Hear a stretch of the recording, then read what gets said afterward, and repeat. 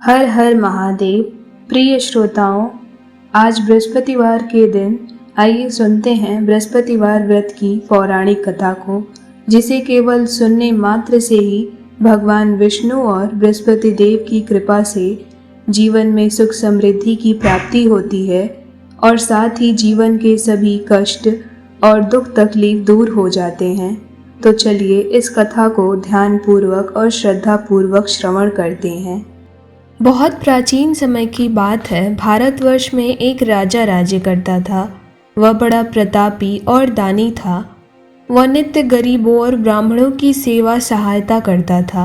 वह प्रतिदिन मंदिर में भगवान की दर्शन करने के लिए जाता था, लेकिन वह बात उसकी रानी को थोड़ी भी अच्छी नहीं लगती थी।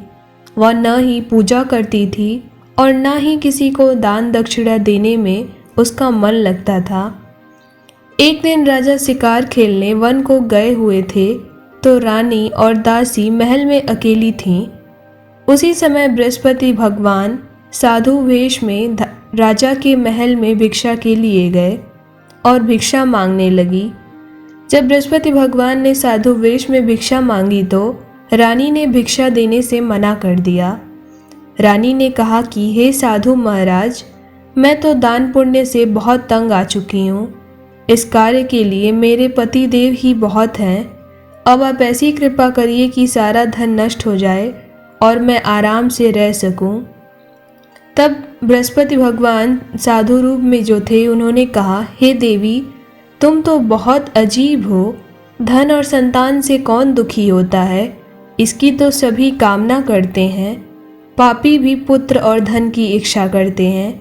अगर तुम्हारे पास अधिक धन है तो भूखे मनुष्यों को भोजन कराओ, प्याऊ लगवाओ, ब्राह्मणों को दान दक्षिणा आदि दो, कुआं, तालाब, बावड़ी, बाग बगीचे आदि का निर्माण कराओ, मंदिर, पाठशाला, धर्मशाला बनवा कर दान दो, भूखों को भोजन कराओ, निर्धनों की कुंवारी कन्याओं का विवाह करवाओ, साथ ही यज्ञ आदि कर्म करो, अपने धन को शुभ कार्यों में खर्च करो।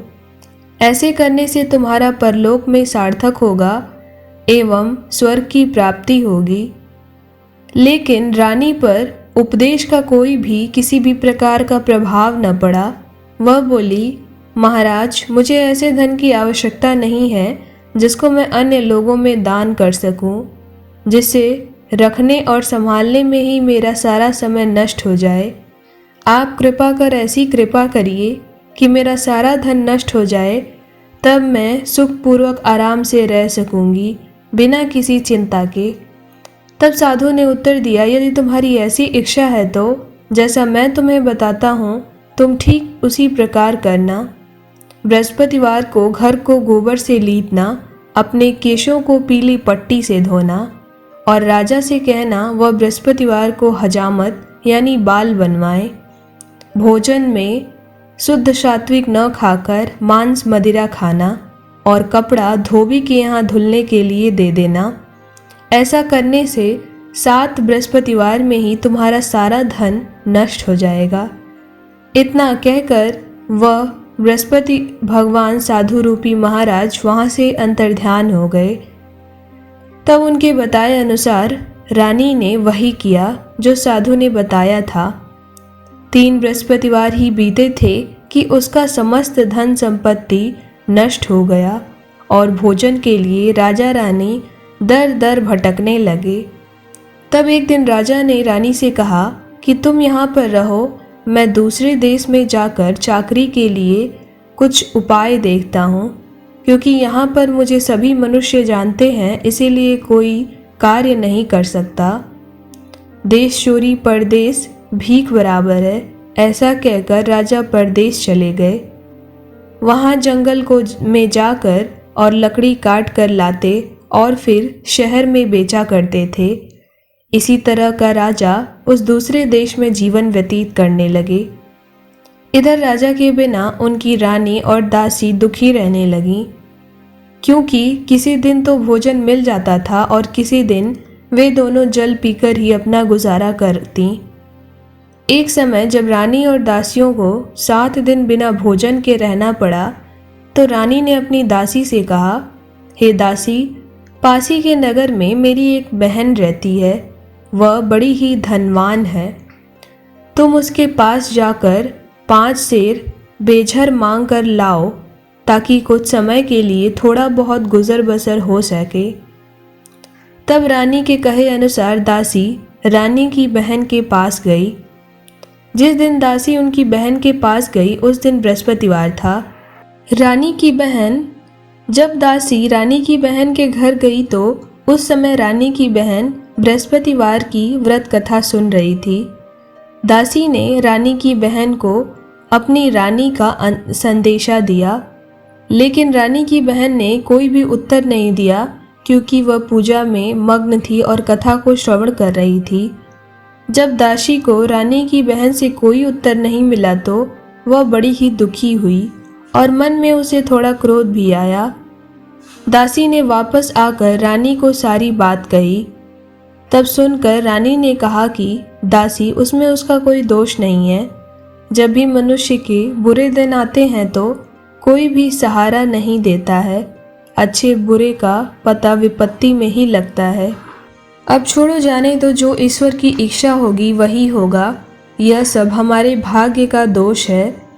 इतना सब कहकर रानी ने अपने भाग्य को कोसा और उधर रानी की बहन ने सोचा कि मेरी बहन की दासी आई थी, लेकिन मैं उससे बोल न सकी।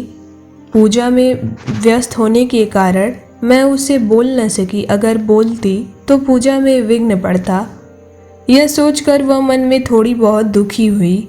कथा सुनकर और पूजन समाप्त कर वह अपनी बहन के घर गई और कहने लगी, हे बहन, जिस समय तुम्हारी दासी मेरे घर आई थी उस समय मैं बृहस्पतिवार का व्रत कर रही थी। तुम्हारी दासी गई थी, लेकिन जब तक कथा होती और जब तक उठते इतने में ही वह चली गई। अब बताओ कि क्या कहना था तुम्हें और किस कारण से तुम्हारी दासी मेरे यहाँ इतने दिनों पश्चात आई थी। तब रानी बोली, हे बहन, हमारे घर में अनाज पानी कुछ भी नहीं है। खाने को दर दर भटक रहे हैं और राजा भी चाकरी के लिए दूसरे देश में गए हुए हैं। यहाँ मैं और मेरी दासी बड़ी ही कठिनाई से गुजर बसर कर रहे हैं। ऐसा कहते कहते रानी की आंखों में आंसू भर आए। उसने दासियों समेत 7 दिन तक भूखा रहने की बात भी अपनी बहन को बताई और बोली, इसीलिए मैंने दासी को तुम्हारे पास 5 सेर बेझर लेने के लिए भेजा था, ताकि उससे कुछ दिन गुजारा चल सके। तब रानी की बहन सारी बात सुनकर बोली, बहन देखो, बृहस्पति देव सबकी मनोकामना पूरी करते हैं। शायद तुम्हारे घर में अनाज रखा हो। पहले तो रानी को विश्वास नहीं हुआ कि ये क्या कह रही है, परंतु बहन के आग्रह करने पर रानी ने अपनी दासी को घर के अंदर भेजा।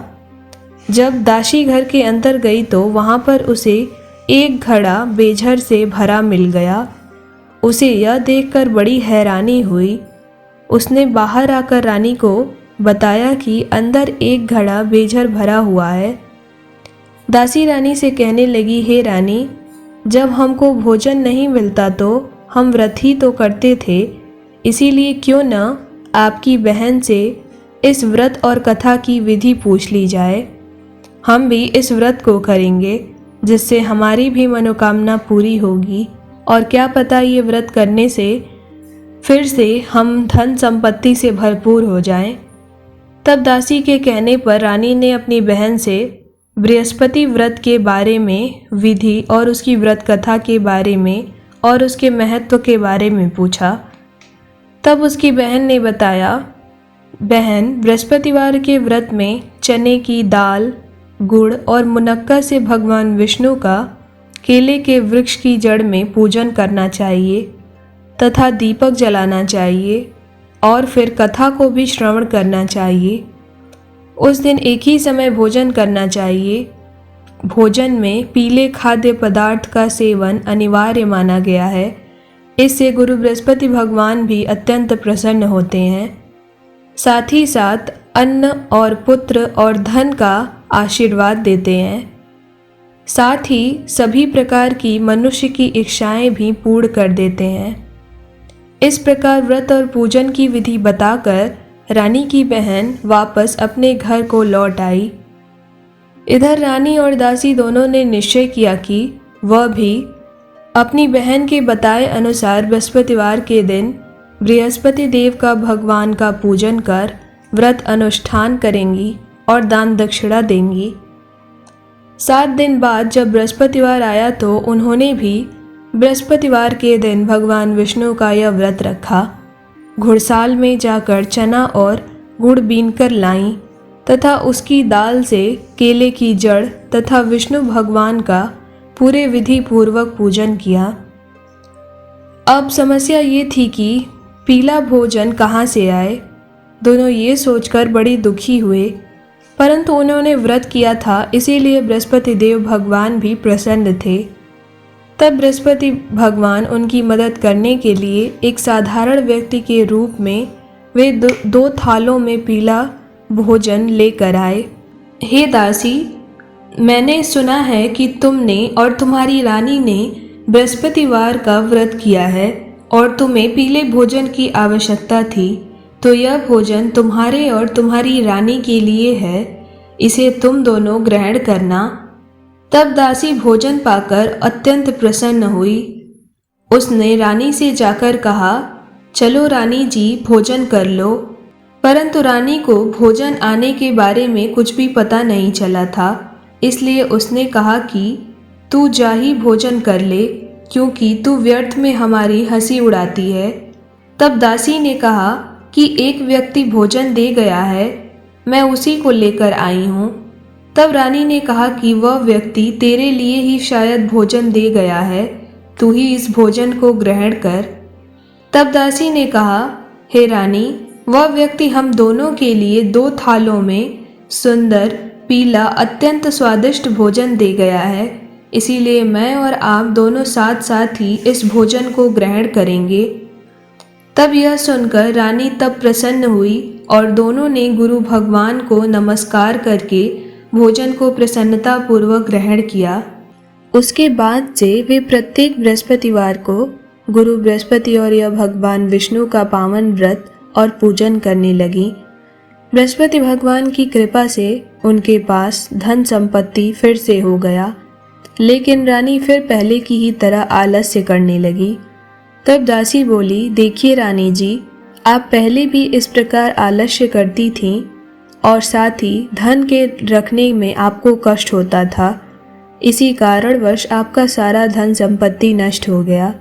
अब गुरु बृहस्पति भगवान की कृपा से फिर से यह धन हमें प्राप्त हुआ है, तो फिर आपको आलस्य हो रहा है। बड़ी मुसीबतों के बाद हमने यह धन पाया है, इसीलिए हमें अब दान पुण्य आदि करना चाहिए, ताकि हमारा यह धन संपत्ति और राज्य इसी प्रकार सदा सर्वदा बना रहे।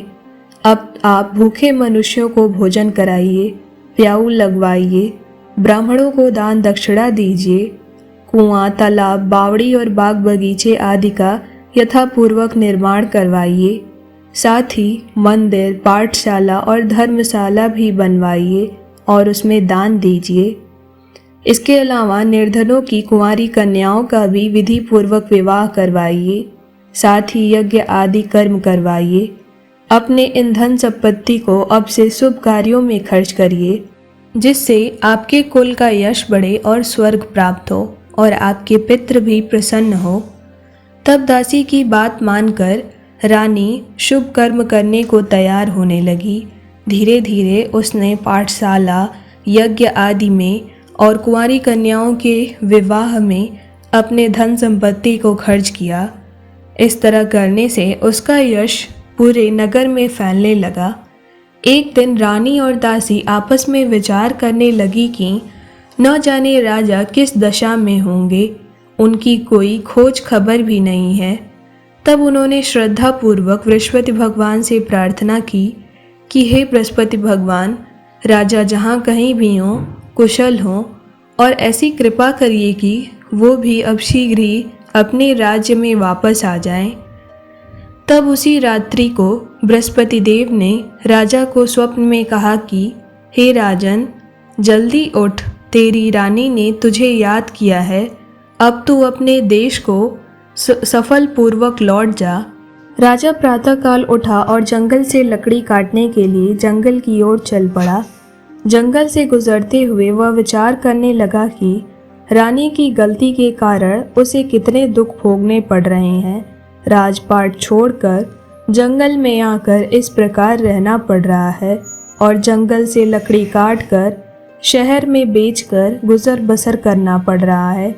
और अपनी दशा को याद करके राजा बहुत व्याकुल हो पड़ा। उसी समय राजा के पास बृहस्पति देव साधु के वेश में आकर बोले, हे लकड़हारे, तुम इस सुनसान जंगल में किस चिंता में बैठे हो? मुझे अपनी चिंता का कारण बताओ। यह सुनकर राजा के नेत्रों में अश्रु भर आए। साधु की वंदना कर राजा ने अपनी पूरी कहानी सुनाई कि किस प्रकार पत्नी की गलती के कारण उसे इतने दुख भोगने पड़ रहे हैं। तब वे राजा से बोले, वो महात्मा राजा से बड़ी ही विनम्रता से बोले, हे राजन, तुम्हारी पत्नी ने बृहस्पति देव के प्रति अपराध अवश्य किया था, जिसके कारण तुम्हारी यह दशा हुई है। लेकिन अब तुम चिंता मत करो, भगवान तुम्हें पहले से अधिक धन देंगे। देखो, तुम्हारी पत्नी ने भी अब बृहस्पति भगवान का व्रत करना शुरू कर दिया है। अब तुम भी बृहस्पतिवार के दिन व्रत में चने की दाल, गुड़ और मुनक्का से भगवान विष्णु का केले के वृक्ष की जड़ में पूजन करो और दीपक जलाकर कथा को श्रवण करो।